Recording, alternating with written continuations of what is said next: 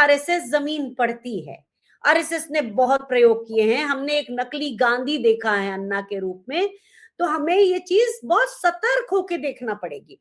पिछले 12 सालों में और उससे भी पहले से जो मीडिया था वो बड़ा सक्रिय था, कांग्रेस के बारे में एक मुहिम चलाई कि कांग्रेस बिल्कुल ट्रस्टवर्दी नहीं है। हजारों हजार बार कांग्रेसों को केवल अल्पसंख्यकों के तुष्टीकरण की बात कही गई। उसके बाद 4-4 घोटालों का जिक्र हुआ जो कि इसी 12 सालों में पूरी तरह से खारिज कर दिए गए। लेकिन इन सब झूठों ने लगातार लगातार लोगों के दिमाग पर इंपैक्ट किया है। आरएसएस की सोच हो सकती है कि अगर आक्रोश है तो वो गलती से भी कांग्रेस की तरफ ना मुड़ जाए, एक नया चैनल दे दो उसे तो हम साध ही लेंगे। विदेश में यात्राएं चल रही हैं, तमाम तस्वीरें हैं, लेकिन देश में एक मूवमेंट खड़ा होने की कोशिश कर रहा है। कॉकरोच जनता पार्टी के बारे में आपने सुन लिया होगा। सीजीआई साहब ने कॉकरोच शब्द का इस्तेमाल किया, पैरासाइट शब्द का इस्तेमाल किया। यहाँ पर एक कॉकरोच जनता पार्टी खड़ी हो गई और रातों रात उसके कांग्रेस पार्टी से भी ज्यादा इंस्टाग्राम पे फॉलोअर हो जाते हैं।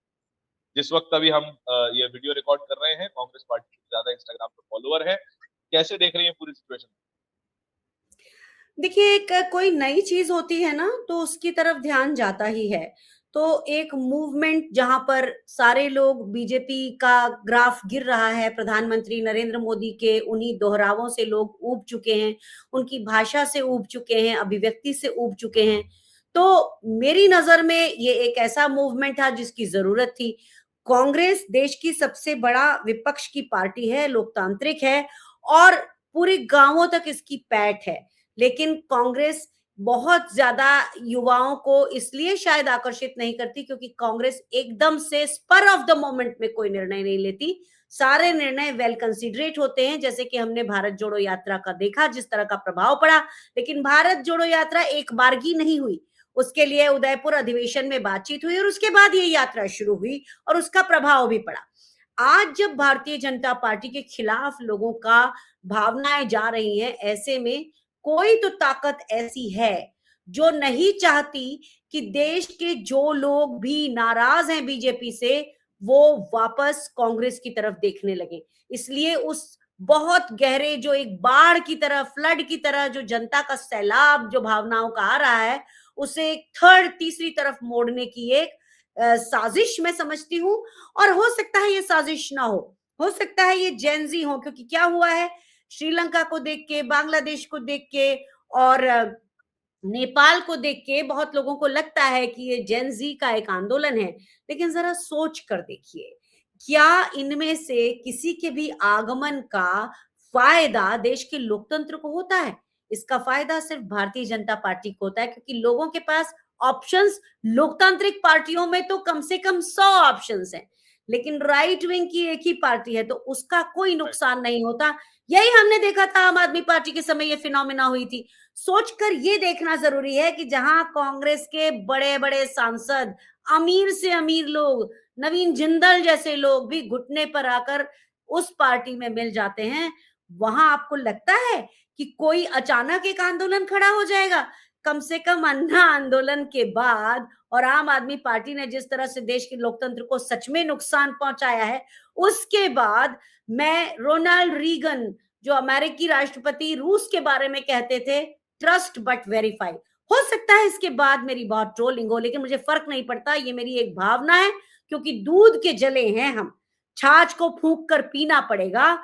ये भी हो सकता है कि इसके पहले सत्ता के लिए जो सबसे ज्यादा पहले से ही पहले करता रहता है, ऐसा एक संगठन आरएसएस है। ये आरएसएस की सोच हो सकती है कि अगर आक्रोश है तो वो गलती से भी कांग्रेस की तरफ ना मुड़ जाए, एक नया चैनल दे दो उसे तो हम साध ही लेंगे, ये हो सकता है। तो आज की जो सुनामी की तरह उनकी जो बढ़त है, उसको भी देश के लोगों को सोचना होगा कि आप चाहते क्या हैं। आप देश में एक स्थायी स्थिर सरकार चाहते हैं, आप ये सारे काम कर लीजिएगा, बाद में एक बार लोकतंत्र को पटरी पर आ जाने दीजिए, उसके बाद आप कॉकरोच जनता पार्टी बनाइए, कोई और भी बनाइए, उसका स्वागत रहेगा, गिलहरी पार्टी बनाइए, सबका स्वागत रहेगा। लेकिन एक बार ये स्टेबल नहीं होने देना चाहते हमारे देश के लोकतंत्र को। और जो नरेंद्र मोदी के खिलाफ इस समय और बीजेपी सरकार की सारी नीतियों के खिलाफ, आर्थिक नीतियों के खिलाफ, शैक्षिक नीतियों के खिलाफ, पेपर लीक के खिलाफ जो आक्रोश है, उसको चैनलाइज्ड नहीं होने देना चाहता कोई। लेकिन अगर ये युवा क्या भी ये हैं तो उन्हें भी समझना पड़ेगा। क्या इसे चैनलाइजेशन ही नहीं कहेंगे कि जैसे ही सीजीआई साहब युवाओं के बारे में, अनएम्प्लॉयड यूथ के बारे में कहते हैं ये कुछ ऐसे लोग हैं जो पैरासाइट हैं, कॉकरोच हैं, वहां पर एक एक युवक को ये बात चुभती है और पूरा सेंटिमेंट एक तरफ आके खड़ा हो जाता है। क्या ये चैनलाइजेशन ही नहीं है? क्योंकि पेपर लीक हमने देखा कि करीबन 22 लाख बच्चे जिनकी मतलब उम्र नहीं होगी 17-18 साल, वो बच्चे आज दोबारा पेपर देने जा रहे हैं। और दूसरी तरफ हम देखते हैं कि कितने पेपर लीक है, एसएससी, सीजीएल, रेलवे, इतने पेपर लीक हो जाते हैं। राजस्थान, मध्य प्रदेश, उत्तर प्रदेश, कहां कहां नहीं कहानी है। उसके बाद भी हम फिर देखते हैं सीजीआई, जो जज भारतीय जनता पार्टी के फेवर का कोई फैसला दे देते हैं उन्हें राज्यसभा मिल जाती है। अगर लोग इससे परेशान हैं तो वो चैनलाइज होके एक धारा में तो आ ही रहे हैं ना, क्या इसको चैनलाइजेशन नहीं माना जाएगा? आप ये मानेंगे कि कांग्रेस की तरफ आएगा तभी वो चैनलाइजेशन है? देखिए, ऐसा है कि स्थिरता चाहिए। ये जो मूवमेंट्स होते हैं, इनके पीछे आप ये कैसे कह सकते हैं कि जस्टिस सूर्यकांत ने ये बात डेलिबरेटली नहीं की है जो स्पॉन्टेनियस दिखे? क्या आप इसे बहुत ज़्यादा ये विश्वास बड़ा के साथ ये कह बड़ा सकते हैं? इल्जाम हो सकता है। ये बड़ा इल्जाम हो सकता है कि मैं इल्ज़ाम नहीं हाँ, लगा रही हूँ, मैं आपसे सिर्फ़ ये पूछ रही हूँ कि किस भरोसे के साथ, किस शिद्दत से आप ये मानते हैं कि ये डेलिबरेट चीज़ नहीं है और बिल्कुल स्पॉन्टेनियस है? ये इसकी शुरुआत, क्योंकि देखिए आरएसएस ज़मीन पढ़ती है। आरएसएस ने बहुत प्रयोग किए हैं, हमने एक नकली गांधी देखा है अन्ना के रूप में, तो हमें ये चीज़ बहुत सतर्क होके देखना पड़ेगी। मैं किसी के विरोध में नहीं हूँ, मैं दोबारा बोल रही हूँ। अगर ये जेन ज़ी है तो स्वागत है, लेकिन अचानक इस तरह से हो जाना, इसी तरह से आम आदमी पार्टी का उदय हुआ था। याद करिए, अगर इतिहास दोहरा रहा है और पहली बार हम उसके लिए तैयार नहीं थे, अब हमने देखा है ना अपनी आंखों के सामने।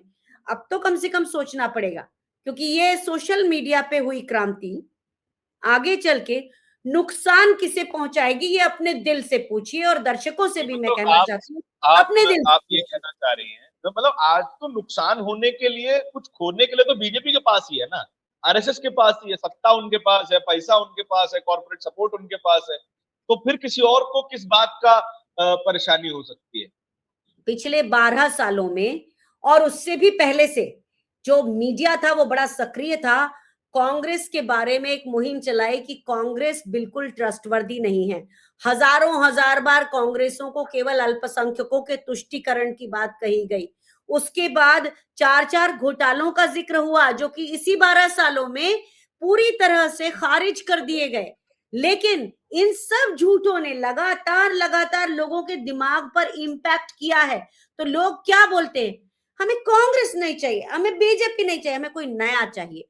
जब आप इस तरह से बात करते हैं, यानी कि आपने एक चीज तो दिमाग में भर ही दी है कि कांग्रेस नहीं चाहिए। वो कांग्रेस नहीं चाहिए जिसने आजादी दिलाई, वो कांग्रेस नहीं चाहिए जिसने आपको स्थिरता से पूरे सिस्टम बनाए, आपका पूरा ब्यूरोक्रेटिक सिस्टम बनाया, पंचायती राज सिस्टम बनाया, डिसेंट्रलाइज किया पावर को, सबको पावर के पास पहुंचाया और पूरे देश को सुचारू रूप से बरसों बरस चलाया।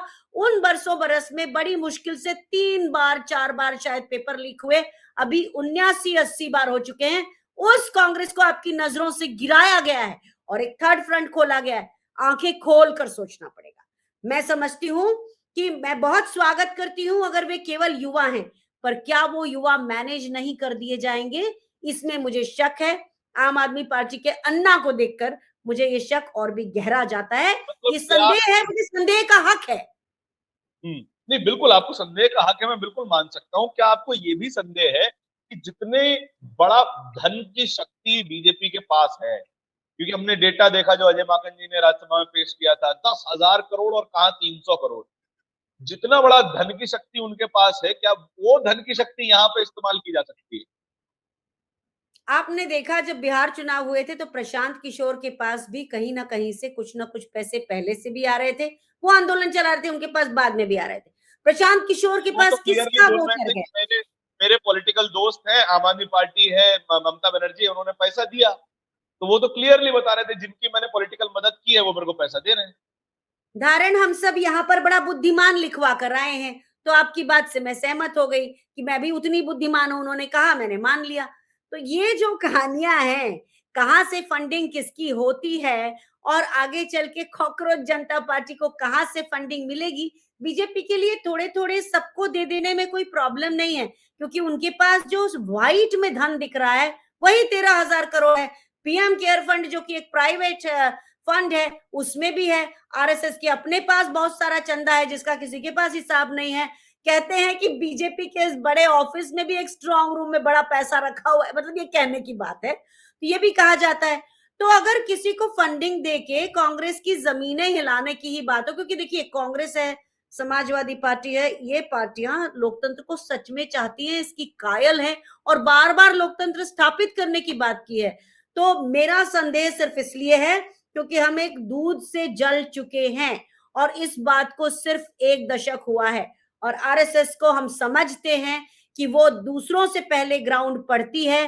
पिछले बार भी जब मुझे याद है 2024 में जब चुनावों में ये लोग हारे और उसके बाद उसके पहले जेपी नड्डा ने जब ये कहा था कि हमें बीजेपी को कोई संघ की जरूरत नहीं है, तो आपने देखा था कैसा रिएक्शन हुआ था। संघ अपनी जरूरत को रेलेवेंस बना रहा है, रेलेवेंट बना रहा है और हो सकता है कि ये कहानियां फिर उस तरफ जाएं, लेकिन आप अच्छी तरह जानते हैं और सारे दर्शक भी ये समझ लें, कभी इसका नुकसान बीजेपी को हुआ है क्या? जब भी कोई नया मोर्चा आता है, कांग्रेस की छवि बहुत खराब की गई है, लेकिन कांग्रेस उन सभी छवियों को देखते हुए और लीगल तरीके से बाहर आई है, कोई आरोप सिद्ध नहीं हुआ, लेकिन छवि का क्या है? छवि तो बिगाड़ी जा चुकी है, वो तो है ही।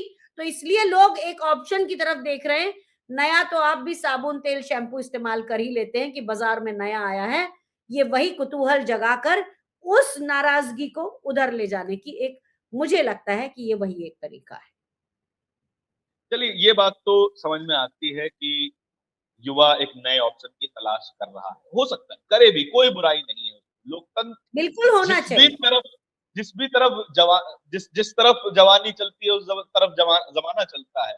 बिल्कुल। कांग्रेस पार्टी को भी जवानों की जरूरत है, बीजेपी को भी जवानों की जरूरत है और कांग्रेस पार्टी, बीजेपी, कॉकरोच जनता पार्टी, समाजवादी पार्टी, चाहे जो पार्टी सही, जो पार्टी लोकतंत्र के समर्थन में है, हम उसके बस, इसके अलावा हमारे पास ना कुछ कहने को है ना समझने को है। बाकी अनुमा जी ने क्या क्या कहा उसके बारे में अपने विचार जरूर कमेंट सेक्शन में छोड़ते जाइएगा। अनुमा जी बहुत बहुत शुक्रिया हमारे साथ जुड़ने के लिए, इस चर्चा में मैं आगे भी सोचती जुड़ते हूँ कि रहेंगे। एक लोकतांत्रिक परिवेश में मुझे अपने विचारों का, अपने संदेहों का और अपनी लोकतांत्रिक प्रतिबद्धता का हक है और सारी बात को इसी तरीके से देखिएगा, क्योंकि हम ये दोहराव देख रहे हैं। अच्छा है तो बहुत खुशी होगी, स्वागत है, लेकिन उसी रास्ते जाता है तो हम सबको फिर से सोचना पड़ेगा।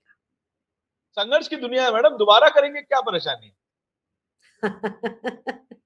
उसमें हमारा देश पाषाण युग की तरफ जाते जाते, जो कि एक बहुत आगे बढ़ रहा था, खुली सोच वाला देश था, जहां पे अब बाबा कल्चर हो गया है। तो ठीक है, करिए प्रयोग, हम देश को नुकसान करने की कीमत पर कोई भी प्रयोग करेंगे, लोकतांत्रिक है, करेंगे ही। मेरे रोके से, आपके कहने से ना कुछ चलेगा ना रुकेगा, वो तो वही होगा जिस तरफ जो धार बहेगी उस तरफ पूरी दुनिया चलेगी। तो इस चर्चा के बारे में आपके क्या विचार है? कमेंट सेक्शन खुला हुआ है, चर्चा वहां पे भी जारी रखिए। बोलता हिंदुस्तान को सब्सक्राइब भी जरूर करते जाइए। बहुत बहुत धन्यवाद।